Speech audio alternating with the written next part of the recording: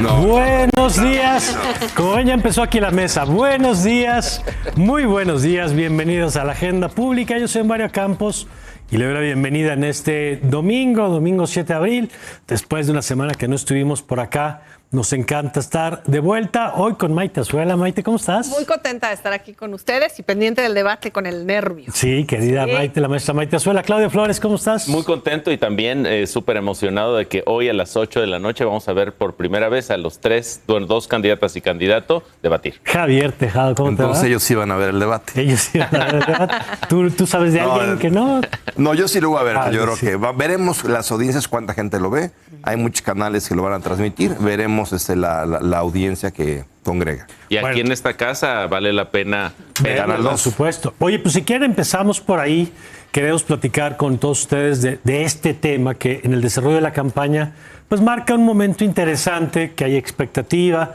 Ayer fueron los primeros ensayos tanto de Jorge Álvarez Maínez como de Xóchitl Gálvez. Claudia Sheinbaum no fue, mandó a su equipo que desde ahí le transmitió como en el celular. Hasta en eso como se está la cuidando distribución, la que eso es candidata parte de generar la expectativa, ¿no? Algún momento se generó de si iba a ir hoy o no, ya dijeron que sí iba a ir, que nada más fue parte del formato, digamos, de preparación. Pero la primera pregunta, Javier, ¿para qué sirven los debates en las campañas presidenciales? Bueno, creo que los debates en todos los países son importantes porque te ayuda a ver al candidato o a los candidatos en una posición de cero comodidad. Una posición donde los ves reaccionar, los ves a los ataques, los ves que hay un formato, ves sus aciertos, sus errores en tiempo real. Y creo que el debate es muy importante en las campañas como las mexicanas, cuando tienes una cantidad de spots que son primero ultra cuidados por parte de la autoridad electoral, donde no puedes atacar, no puedes decir muchas cosas en los spots, malísimos por cierto que están al aire, pero también en unas campañas donde hay poca interacción de los candidatos con foros o eventos críticos. Claro. Entonces, son de las pocas oportunidades que hay para conocer en persona a los candidatos, pero también para ver cómo reaccionan ante los ataques o las sorpresas que les pueden tener sus rivales. Es cierto, porque hemos visto, por ejemplo, en esta campaña que nunca han coincidido, ¿no? Han estado en algunos foros, pocos, pero han estado los tres en algunos, por ejemplo, en el de la iglesia que organizó con los jesuitas y los obispos al principio. No en las universidades. En las universidades, mañana, por ejemplo, va a estar Xóchitl Gálvez en la Ibero. Sí. Ya estuvo Álvarez Maínez, no va Claudia Sheinbaum, que creo que no ha ido a universidades. Pues no ha confirmado, no sé si ya... Pero mañana Sheinbaum está en el Poli. Mira, está interesante. Pero es cierto lo que dice Javier, si quieres, a ver, vamos primero contigo, Maite, que es, los debates sirven porque, primero, es un formato que les exige más que lo habitual, y dos, porque es la primera vez que los vamos a ver interactuar en un esquema, además, Maite, no sé si coincidas, que la historia de los debates es interesante que solo son tres, porque hemos tenido otros debates presidenciales donde de pronto han sido 3, 4, 5, 6, sí. Y entonces se vuelven un poco matapasiones, porque de aquí a que habla uno y le contesta el otro, ya pasaron 15 minutos, ya ni te acuerdas qué fue lo que le dijo. Aquí creo que hay más posibilidad de que sea más dinámico. Sí, que sean tres lo hace rápido. Y creo también que las campañas, no sé ustedes, pero nos han quedado de ver en términos de tener más consistencia temática y que el debate traiga 6 temas específicos en donde puedas medio comparar. Si alguien ha podido echarse un clavado a las plataformas de los candidatos, híjole, son unos panfletos, bueno, panfletos mucho decir, pero son larguísimas, de ciento y tantas páginas. Yo veo difícil que un ciudadano cualquiera, o incluso los además, analistas, nos metamos a comparar una con la otra. Además, decía aquí Mauricio Merino que no coinciden las plataformas con lo que luego dicen, sí. Exacto. Entonces creo que es importante porque ahí puedes tenerlos a los tres hablando del mismo tema, comparando propuestas e incluso comparando estos ataques, que supongo que es lo que le pone sal y pimienta y también lo que diferencia a unos de otros. Para mí eso es clave, ¿no? Como de ya nos podemos entrar en estos 6 temas y en estos 6 los vamos a ver hacer propuestas en donde podemos ver si una es más aterrizada que la otra, porque en los spots todo suele ser pues muy intangible, propuestas muy...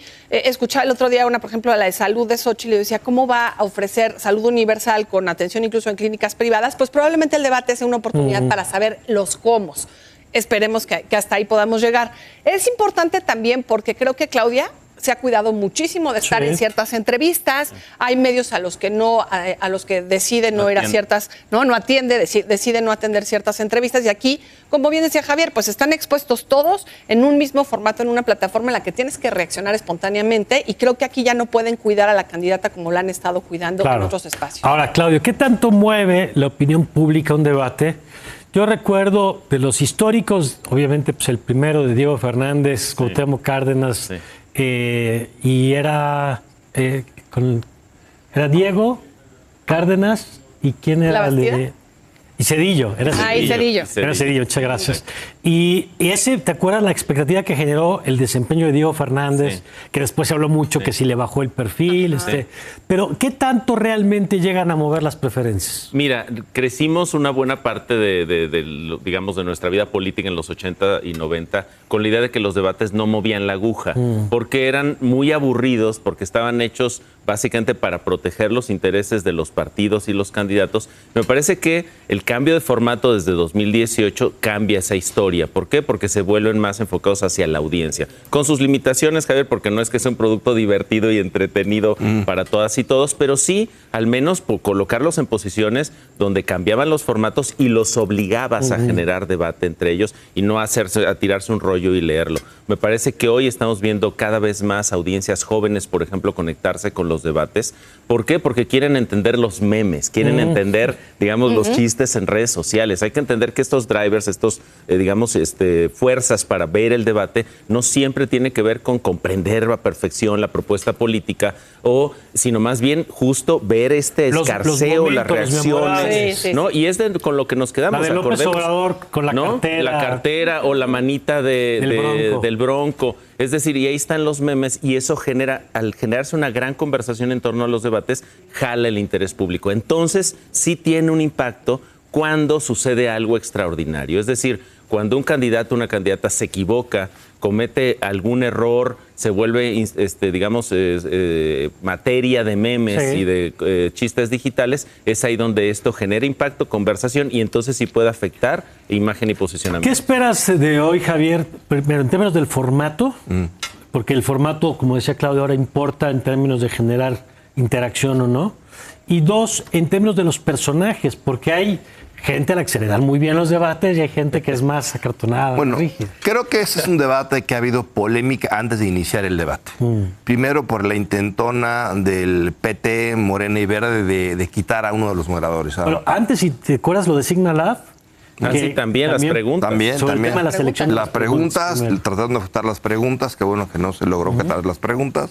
Después tratando de quitar un moderador, se quedó el moderador porque ya habían pasado los de pugnarlo, Manuel López San Martín, junto con Denis Merkel, tratando de quitar al primero. El debate, el formato hoy son temas medio áridos: educación, salud, combate a la corrupción, medio ambiente, pero hay uno muy importante: violencia contra las mujeres. Y creo que a partir de ese tema puedes jalar tú el tema hacia la inseguridad que hay en el país. Y yo creo que habrá que ver, sobre todo de los candidatos de oposición, de Maine y Xochitl Gálvez, si agarran ese tema y lo jalan. Ahora, no hay quien saque tarjeta roja si todavía es otro tema, ¿eh? Claro. Si tú metes ahí, bueno, también está el tema de la corrupción hoy en la noche. Sí está. Entonces, si tú, digamos, estamos en otro bloque, el tema de salud, y yo me regreso al tema de la corrupción. De la salud es la corrupción. Se acabó. O sea, así pasó en el de la Ciudad de México. Así pasó. Claro. Creo que es muy importante ver también cómo organiza cada candidato sus tiempos y cómo organiza los ataques para sacar, digamos, al resto de los panelistas de la zona de confort. Creo que va a ser lo interesante. Y nada más decir una cosa. Este debate va a estar en todos los medios públicos, en todas las televisoras privadas, empezando aquí por Canal 2. O sea, quien lo quiera ver tiene cómo verlo. Claro. Será muy importante también ver con qué audiencia inicia y con qué audiencia acaba. Será un buen termómetro para ver qué tanto aprendió la gente del electorado. Y qué tanto planean las estrategias de cada equipo para ver con qué abres, ¿no? Sí. Porque tiene que ver con esto que dice Javier. O sea, si yo me espero 40 minutos para soltar el trancazo, pues a lo mejor en 40 minutos ya está la mitad de los que me tienes que empezar muy fuerte. La misma pregunta, Maite. ¿Qué esperas tú en términos del formato y de los personajes? Pues mira, del formato creo que afortunadamente las preguntas no van a estar controladas. Ellos van a poder tomar las 100 preguntas no preseleccionadas, pero sí acomodadas por tema. Y a mí me gusta que esté el tema de la corrupción, justamente porque el de seguridad me parece clave y creo que si alguien también ha evitado hablar de temas de seguridad, incluso no solo la candidata Claudia Sheinbaum, sino todos los aspirantes a Morena han tratado que no sea un tema del que se esté hablando, un tema que le resta. minimizándolo. Y creo que vincular corrupción también es sencillo con inseguridad. Sí. Espero también que los candidatos de oposición arranquen y le den fuerte con el tema de seguridad y corrupción, pero creo que además hay un blindaje previo que hicieron con el tema de los hijos, ¿no? Sí. Creo que no podemos no obviar que el enroque que hubo para hablar mal del hijo de Xóchitl Gálvez a partir de la escena esta ya muy tardía publicada un año después del antro en donde se está peleando con el cadenero y el hecho de que la propia esposa del presidente o Claudia Sheinbaum y demás digan con los hijos no nos metemos, están ya poniendo un freno y un escudo a un tema que pudo haber sido crucial en términos de corrupción, a los hijos, ¿no? Que era vincular con ciertos hechos y ciertas pruebas periodísticas que se han demostrado de pues algunos posibles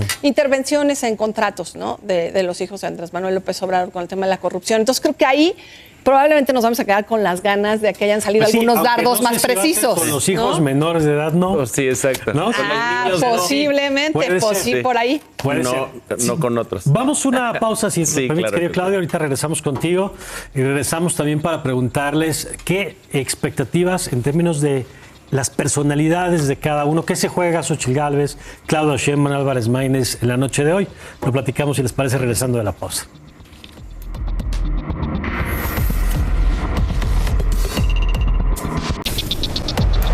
Ya estamos de regreso y vamos ahora sí contigo, querido Claudio, que nos quedamos. ¿Qué esperar de hoy, tanto del formato y de los personajes? Incluso déjame retomar la pregunta que hacía yo antes del corte.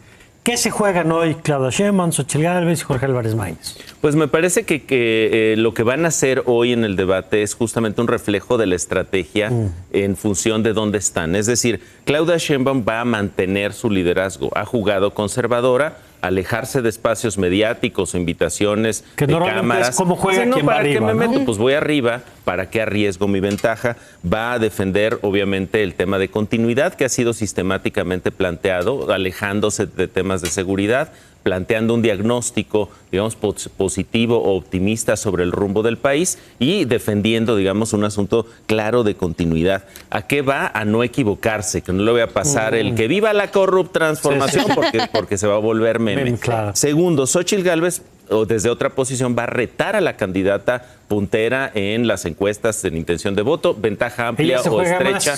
Exacto. Tiene que ir a arriesgar más. ¿Qué esperamos? Pues que evidentemente eche toda la carne al asador en los primeros minutos, porque es cierto que hay que 1:40, no sé si acabe el debate con la misma audiencia. Si suceden cosas interesantes en el debate, puede incluso acabar con mayor audiencia, porque empiezas a decir, ¿ya viste lo que está pasando en el debate? Entonces, ¿qué va a hacer? Va a defender un diagnóstico negativo sobre la situación del país en materia de corrupción, violencia, inseguridad, etcétera. Y me parece que ahí es claro que va a plantear esta dicotomía o plebiscito de que hay dos destinos y aquí se decide el rumbo del país hacia esos dos destinos. Y hay que mencionar a Jorge Álvarez Maínez, cuya estrategia es ser relevante, ser pertinente. No, aquí estoy. Que para él es un gran espacio, ¿no? Es un espacio, un privilegio, diría yo, una gran oportunidad en el mediano y en el largo plazo para posicionar su marca personal y también la del Movimiento Ciudadano. A ver, Maite. Ahí yo creo que, mira, si lo ponemos en fútbol, lo imagino. Xóchitl tiene que ir de delantera, buscar goles todo el tiempo. Claudia de defensa, conteniendo, manteniendo sus números.